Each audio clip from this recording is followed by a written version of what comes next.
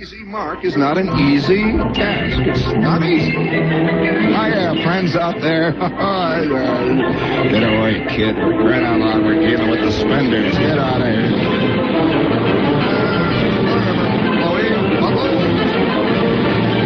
Ew, pretty bubbles in the air. Oh, I've got the best job in the world. Wouldn't you love to have it, friends? Jealous. It must be terrible to be a humdrum citizen in a humdrum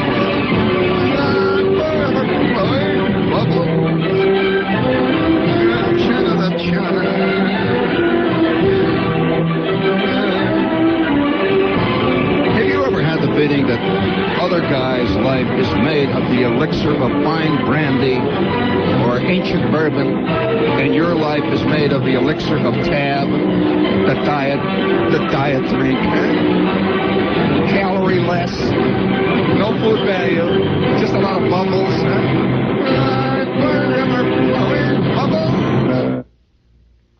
Holy smokes, what an opening.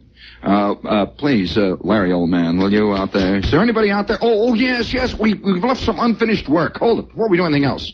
Unfinished work. Last night, I wanted to talk to a real bimbo. Yes, sir, a real bimbo. I remember my old man sitting there, on his thing, looking out at a car, and he'd say, "Oh, wow, look at them bimbos."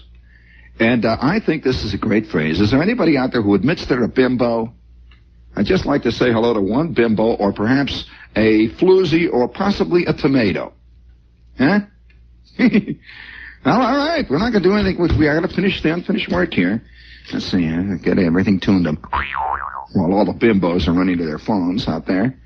Yeah, chatta. You find that most bimbos' phones are listed under other people's names. La-da-ta-da-chi-chi-chi. Well, come on, let's go, bimbo. Da-da-ta-da. Da-da-ta-ta-ta. Ya-da-ta-ta. I just thought of a fantastic name for a stripper. Da-da-ta-ta-ta-ta. The Armenian Amazon. See, no bimbos. What happened to that bimbo that called last night? Oh, that's another bimbo. Would you please give me some sad music, Larry, please? Say, please, come on. Get out there fast there with this cockamamie equipment. You had to wind up the turntable there, Prince. That's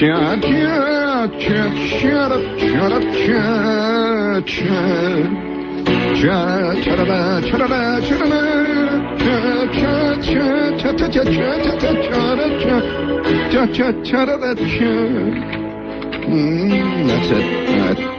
Softly now, ever so softly. Here we have a note from a listener type, which I am purveying to you, one of our spies out there. He says, Shep, please listen to this.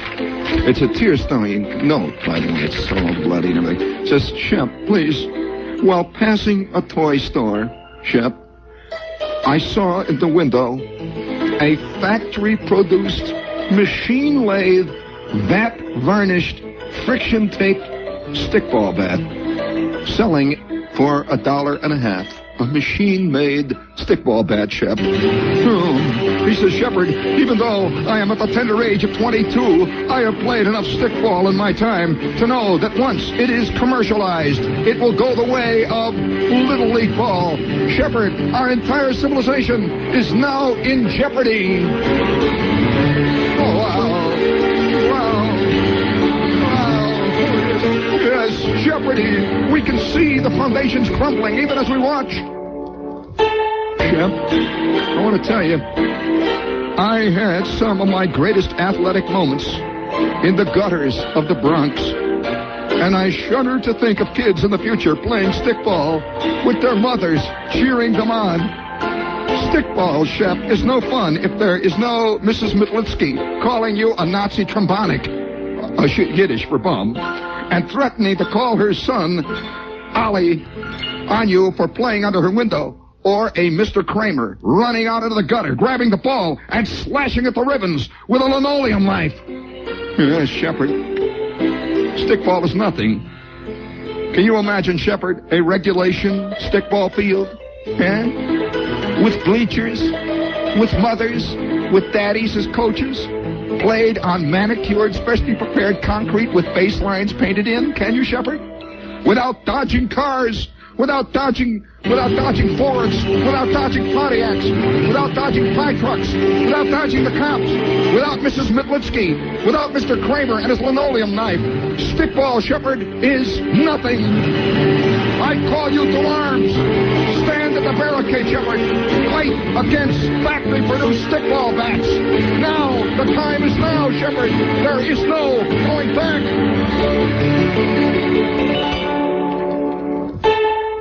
And so tonight, we salute all you kids who are buying factory-made roller skate scooters that you pay $9.95 for that can be put together by your own man.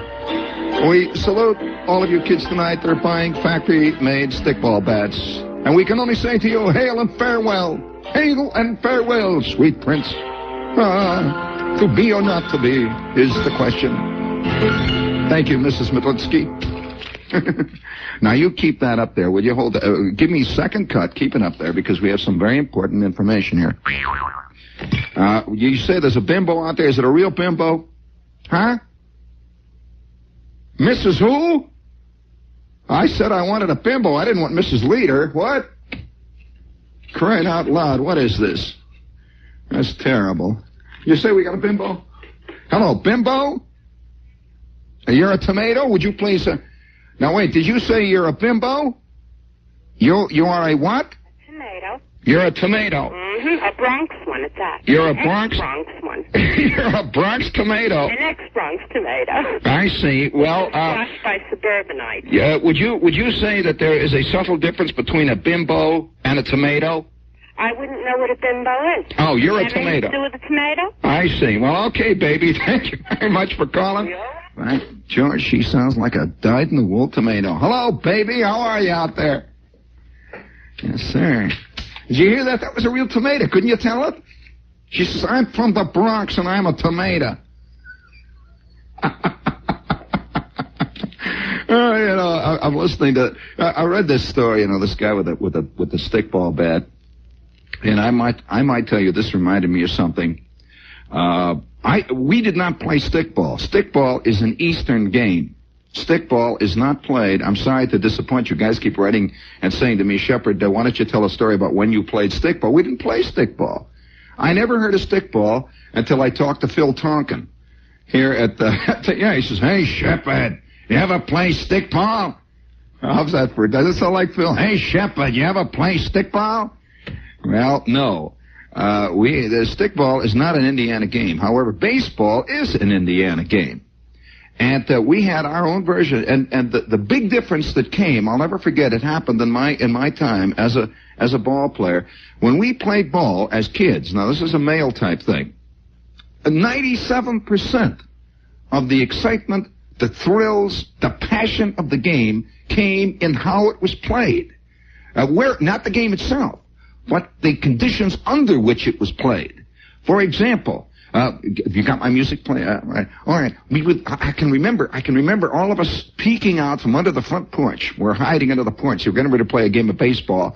We are looking over at Stryker's vacant lot, on which there were strict and distinct rules. Nobody's going to play baseball on Stryker's vacant lot. And suddenly Flick would leap out of his cover. Schwartz would follow him. Bruner would go skulking through the hedges. And Shepard runs out carrying his bat. He's got his ball. Schwartz is ready. Here they're going.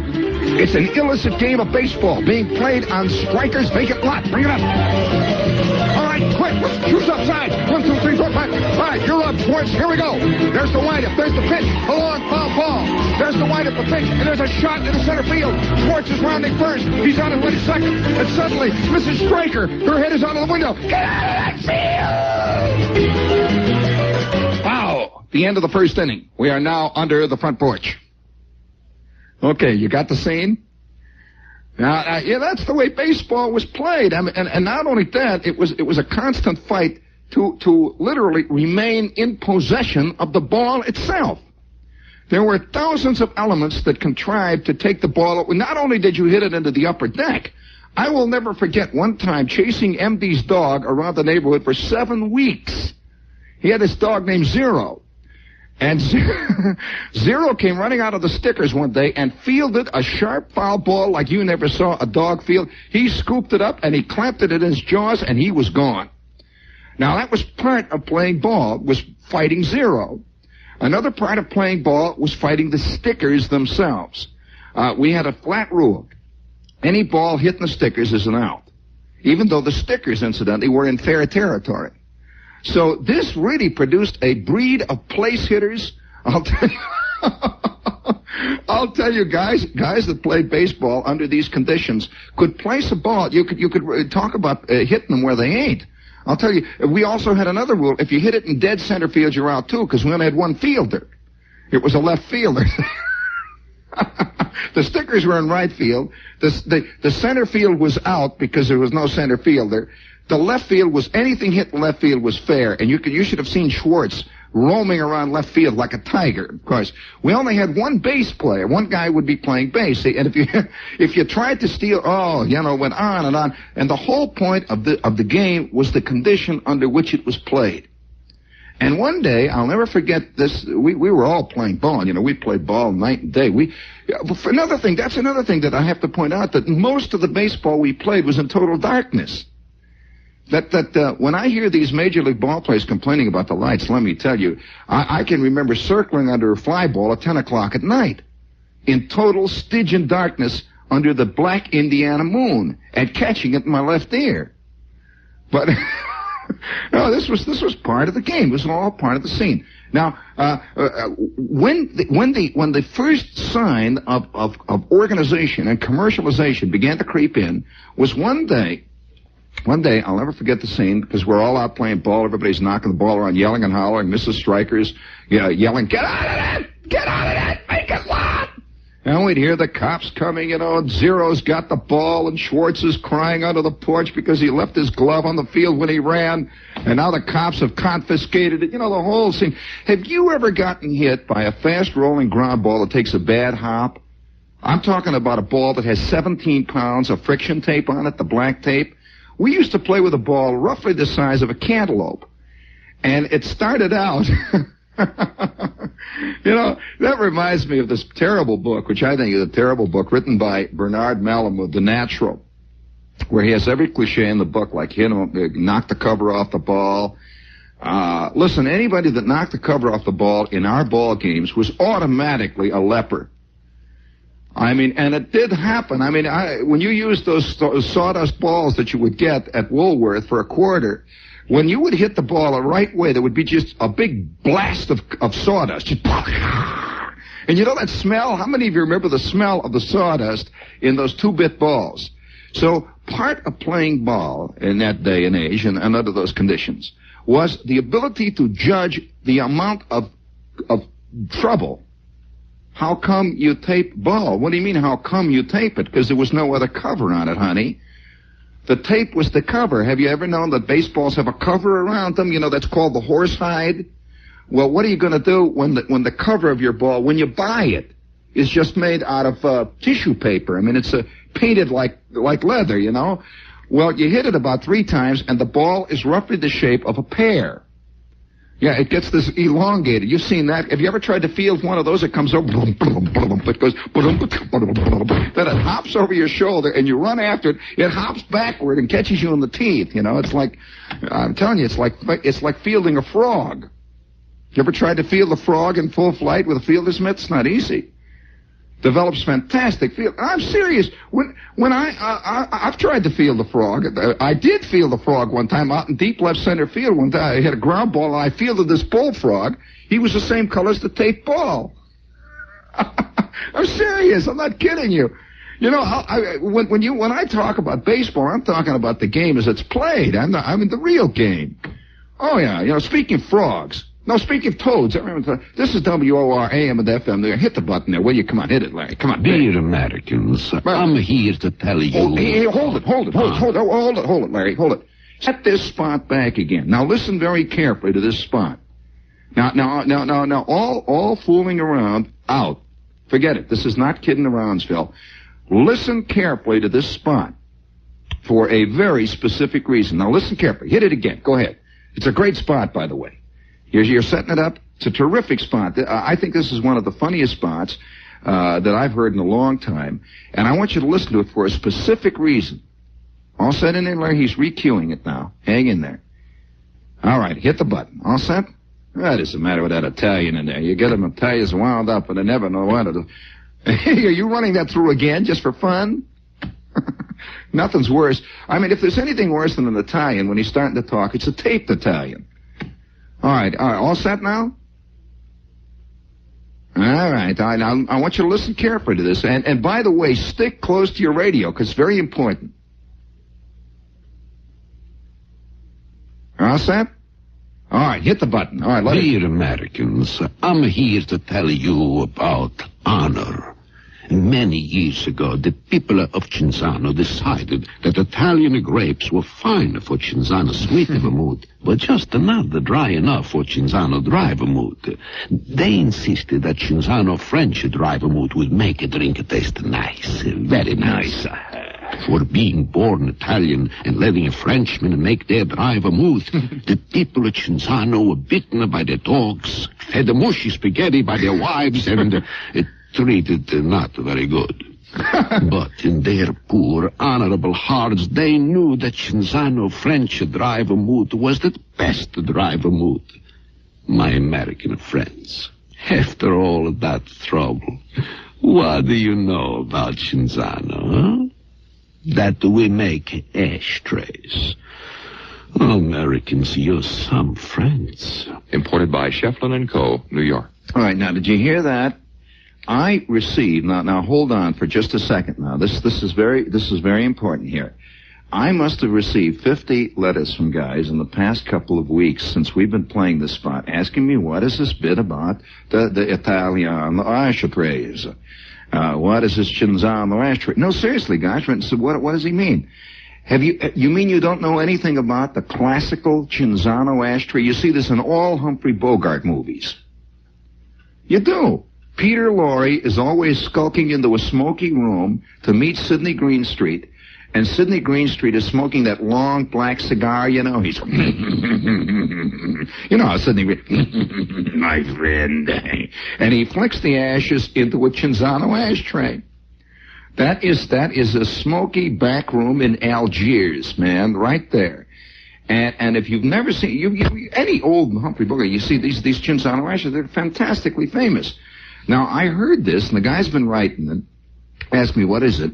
And so I got an idea. Now this is exactly the way it happened. I'm going to tell you frankly, just the way it happened. I called a salesman here at WOR who sold this account to the Cinzano people. And I says, Bob, can you get me one of those great Cinzano ashtrays? He says, what ashtrays? And I says, the Cinzano ashtray. What do you mean, you idiot? He says, what, the Cinzano ashtray? What do you mean? I says, don't you listen to the spot? It's at the Cinzano ashtray. He said, oh, I'll have to check up on it. And so within 10 minutes, he calls the Cinzano people and says, yeah, we have it ashtrays. How come you're not calling for the wine? You asked for ashtrays again. And he says, well, I want one of them ashtrays. Well, anyway, to make a long story short, Cinzano said, we will sit. Now, they're beautiful ashtrays. I'm telling you, these things are not nickel and dime stuff. And by the way, they're a sure sign that you know how to steal something. The only way anybody has ever gotten a Cinzano ashtray up to this point is to steal it from a restaurant in Paris. And it is not easy to go out of a French restaurant with a 40-pound ashtray in your back pocket. I have tried it. It is not easy. We called up the Cinzano people, and they said, all right, now listen carefully now. You better get on the stick, man. They said, we will send free of charge to the first 200 people who write in a beautiful free Cinzano ashtray. That's the truth. It just came up like that, and there's no bit, there's no gimmick involved in it. And they bought them. They said, we're going to send them out. Now, the first 200 people, now I have to think of what you have to say to a special key here now. I better not use that phrase. Send your name and address to, oh, man. No, I'm serious. To the first 200 people who send me a postcard, you will get a beautiful Cinzano ashtray free. Now, let's see. What will be the address? Let me see. How about cheap Italian wine? No, how about, all right, a Cinzano. Part of the test will be whether you can spell it or not, huh? How about that for sneakiness, huh? No, send your name to Mafia. No, I mean, send your name and address to... yeah, whatever, rotten person. Serious now. All right, let's play it straight now. Send your name and address. Seriously, let's see. We'll say, how about Whoopi? No. How about, Cinzano. And part of the test will be to learn how to spell it. If you don't spell it right, you're dead. How about that? Cinzano. Send your name and address to Cinzano. And that will immediately arrive at my desk. Because anything that is totally meaningless that they get at the mailroom, they immediately give to me. That's Cinzano. Just your name and address, and if you're among the first 200, we will make sure that you get a free, magnificent Humphrey Bogart, Sidney Greenstreet, Peter Lorre type ashtray. Cinzano. WOR, AM and FM, New York. Okay? Cinzano. Get on the stick now, immediately. I have my audiences out at the mailbox right now. You got another Whoopi? Hit it in there. Go ahead. Man, all the way.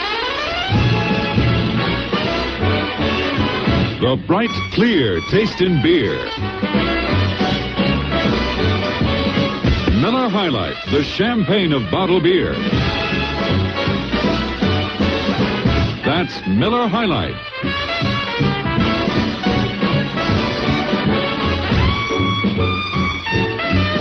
The happy sound is about famous Miller High Life beer that has soared in popularity because millions more recognize the traditional quality and heritage of an unequaled, unchanging, truly great beer. Wherever people are living better, you'll find Miller High Life in handy take-home cans, on tap, or in the familiar crystal clear bottles. Next time you want the very finest, ask for Miller High Life. The champagne of bottled beer. Sparkling. Flavorful. Distinctive.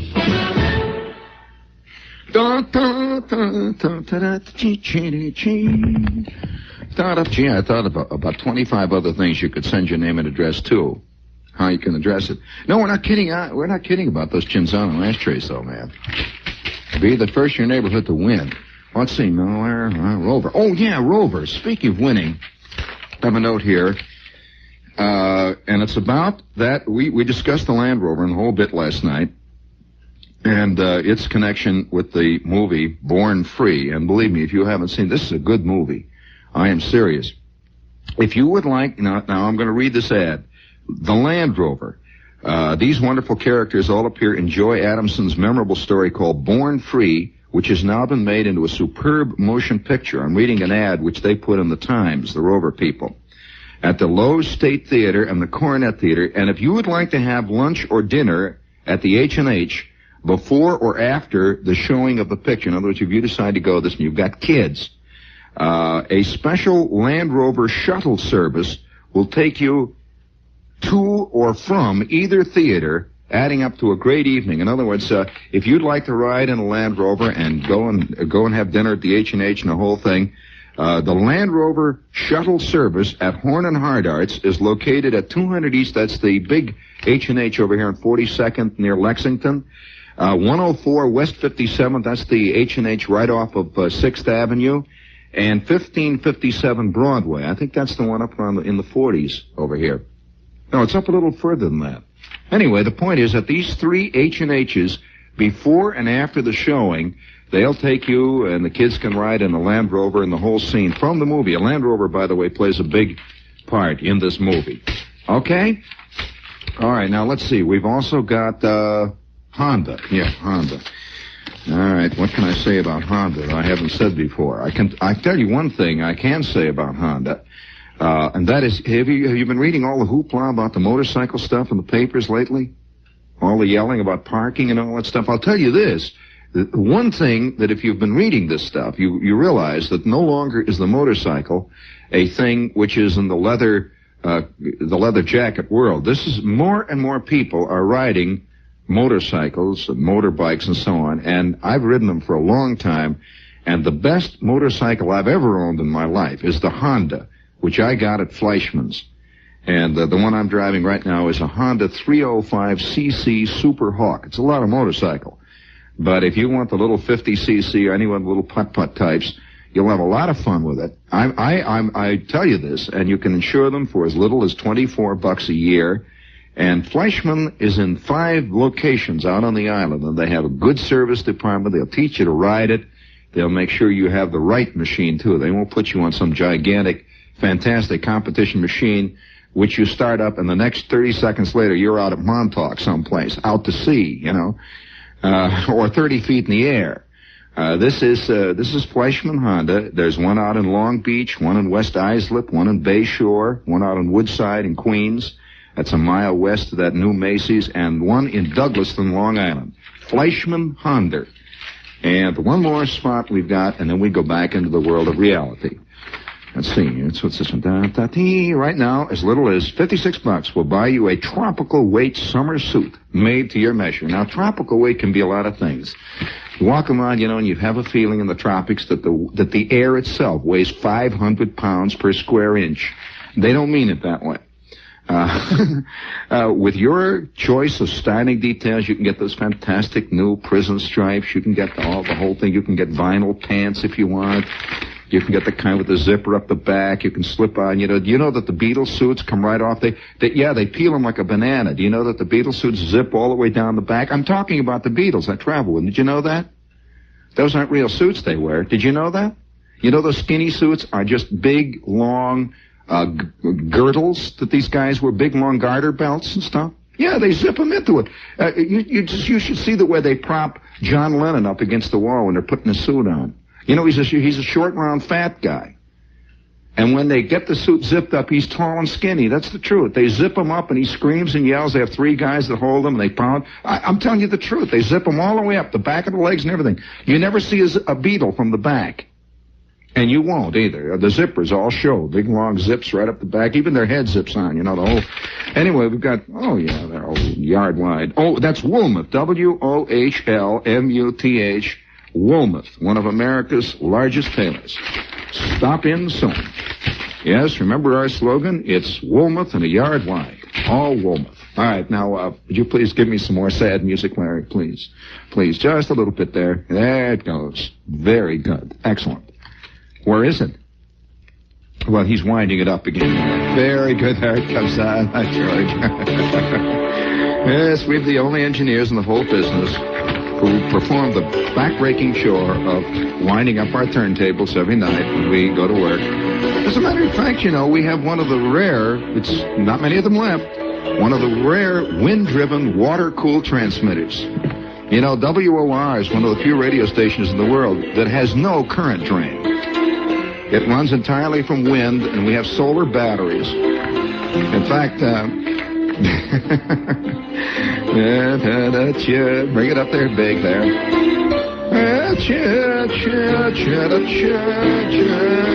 That's it. That's enough of that. I will never forget the day that they organized the Cleveland Street Irregulars, the Cleveland Street ball team. You want to hear about that? How it happened? How the first creeping encroachment of Little Leagueism began to sneak in the world that it was, you know, we even built. You know, one of the worst things I ever had happen to me as a kid happened as a result of baseball.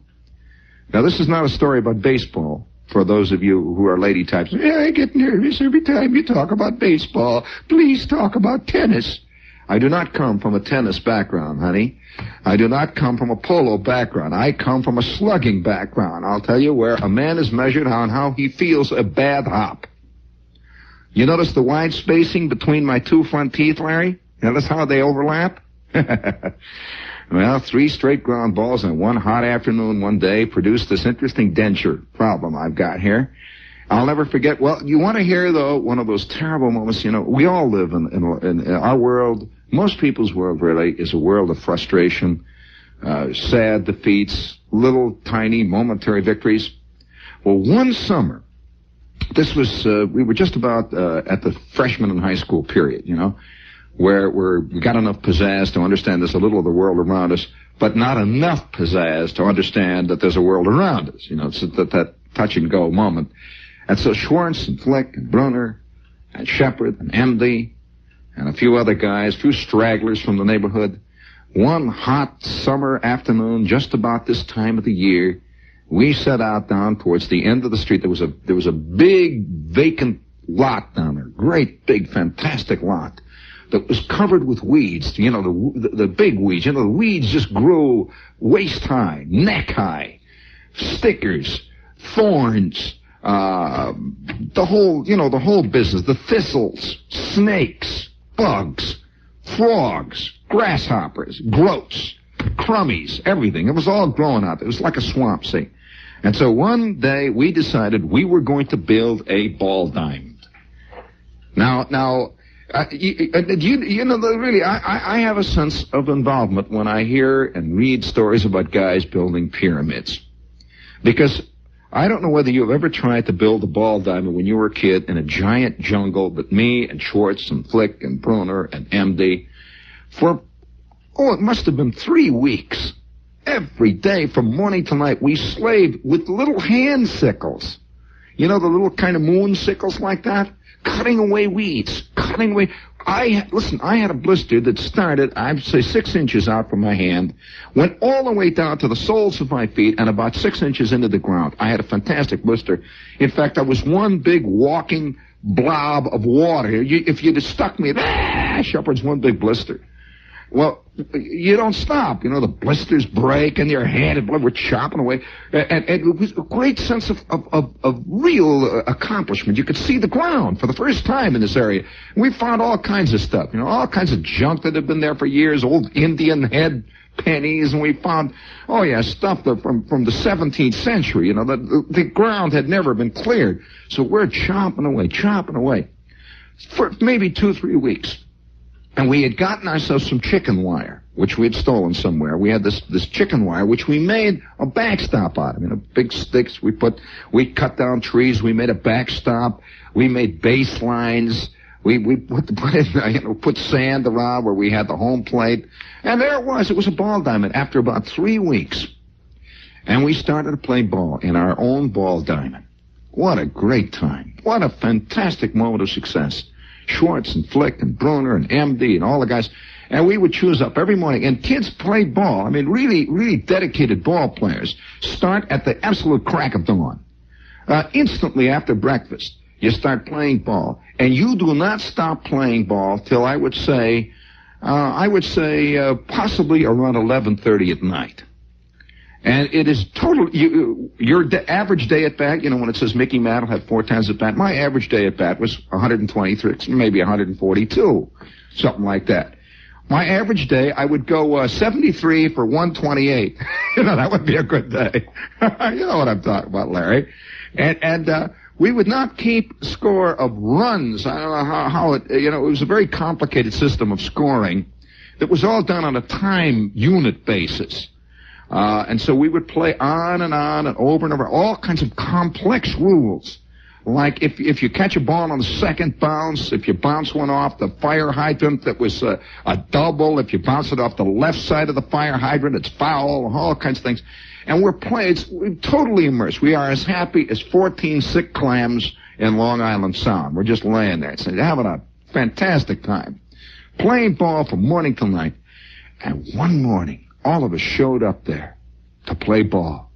And here are about 45 guys with bulldozers.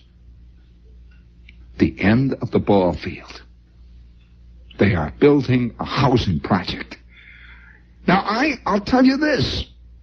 There was definite evidence that there would not have been a housing project built there if some smart guy walking past saw this beautiful field. Before that time, it had just been a lot of weeds and swamp. Who's going to build a housing project? All of a sudden, the guy walks past. He says, look at that fantastic field.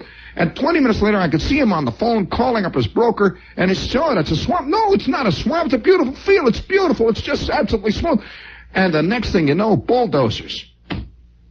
Schwartz and Flick and Brunner, Shepard, MD, the whole crowd. Kicked right out of our ball field. Back to Mrs. Stryker's vacant lot.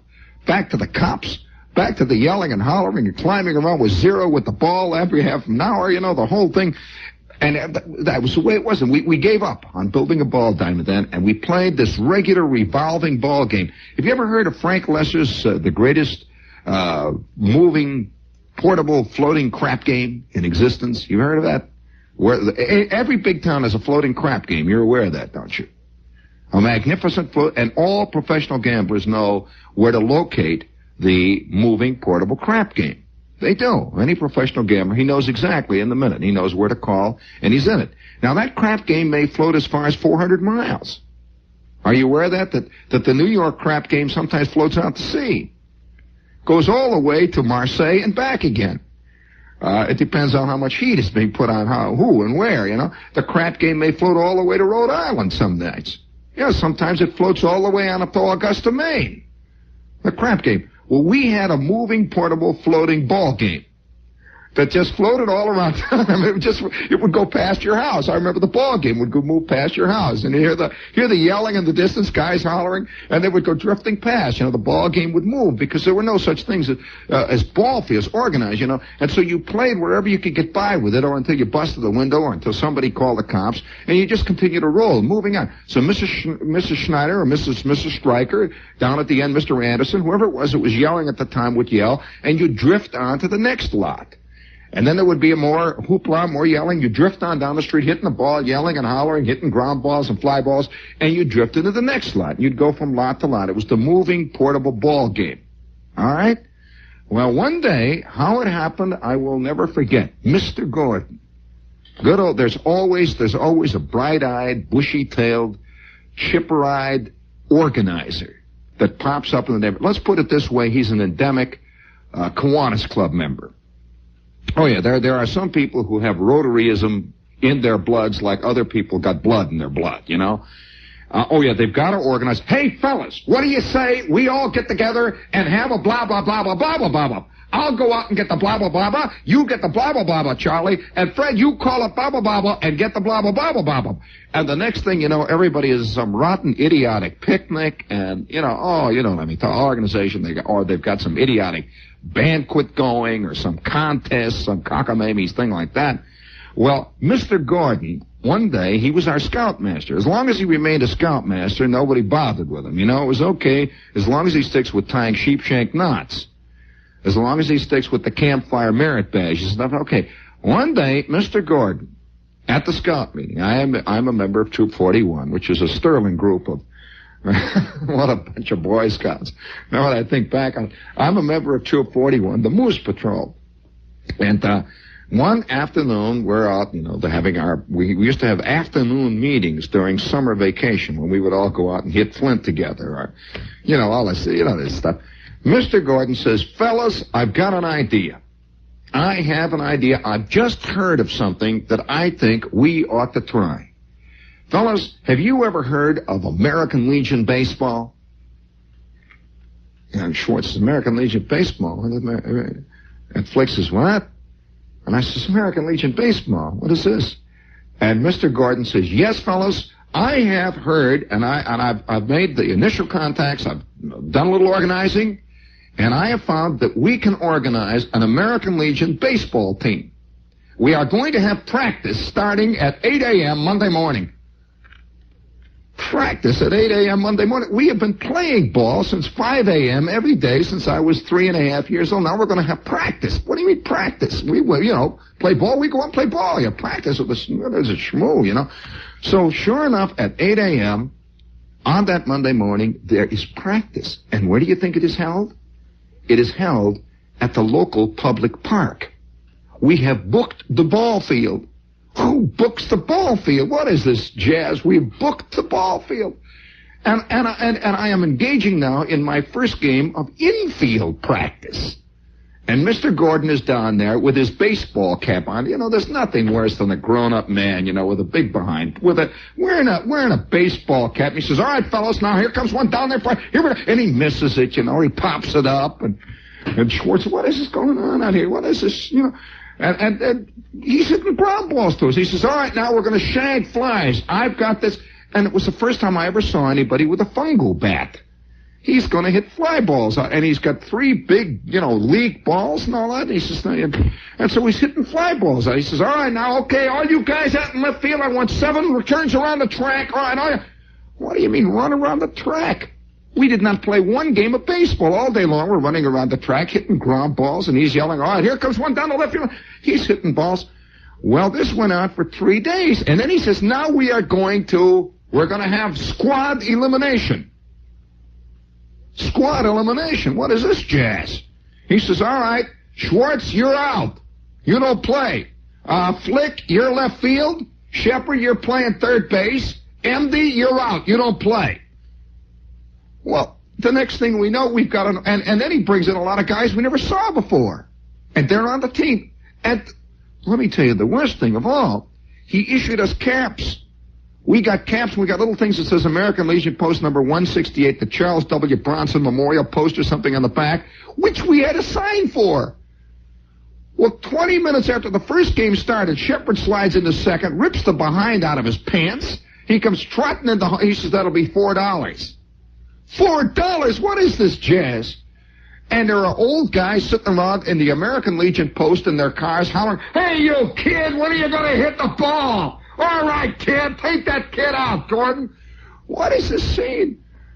And it began to slowly disintegrate into this organized scene of this kid plays, that guy doesn't play, this kid has wrecked his uniform, that guy showed up wearing a red T-shirt instead of a suit, he got fined $25.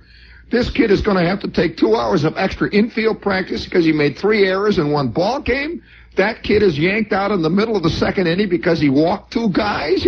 We never, let me tell you, in Mrs. Stryker's vacant lot, nobody walked anybody. We didn't have balls and strikes. You either hit it or you didn't, I mean, it was as simple as that. And you never saw such fielding as you saw in Mrs. Stryker's. I used to field ground balls off of the fire hydrant, I'd bounce them off. I'd play the carom off of zero. I'd play it off of his hide. All of a sudden, we're out on the skinned infield, and there are a lot of people, strangers, people yelling. And then they started to print. This is the worst. We are now in the middle of our season, and they are starting to print our box scores in the paper. The first day that I'll never forget this, I came home one night, and my old man says, hey, what do you mean 0 for 4? 0 for 4, and it's in the paper. 0 for 4. Look at it. It says Shepard 0 for 4. And not only that, you guys lost 12-2. He said, well, yeah, Dad. He said, 0 for 4. I'm coming out next time. And by the way, we're going out the back, and I'm going to show you how to hold the back. Oh, jeez, what is this? 0 for 4. So I remember every time I'd get the bat down, I'd see that reporter from the Times, the Hammond Times, sitting back there. Shepard is taking his cuts. I've got to punt. I've got to get down. I've got to get on base somehow. Shepard lays down. First time in my life I ever laid down a bunt. Just trying to get on first somehow, 0 for 4. Organization began. Well, by the end of August, one by one, guys started to drift away from the American Legion ball team. One by one, they started to show up on the stickers. And there was another group of kids. There are kids who love that organization. Another group of kids slowly began to infiltrate Troop 41, and they had nothing to do with the rest of us. And from 5 in the morning till 10 at night, Schwartz and Flick and Bruner and MD and all the stragglers are, hey, Schwartz, here you go, Schwartz. Catch this one in your ear, Schwartz. Here it comes. Watch it. And then Schwartz, oh, come on, don't bounce him on the plate, will you? For crying out loud. Oh, yeah. I found that after I had been fielding tape balls that were the size of cantaloupes and had lumps all over them, I found I couldn't field a real round ball. A white one. It would blind me coming at me, I couldn't field a real ball. Oh, yeah. Organization, it's good for everyone. Better living through chemistry, friends. This is WR.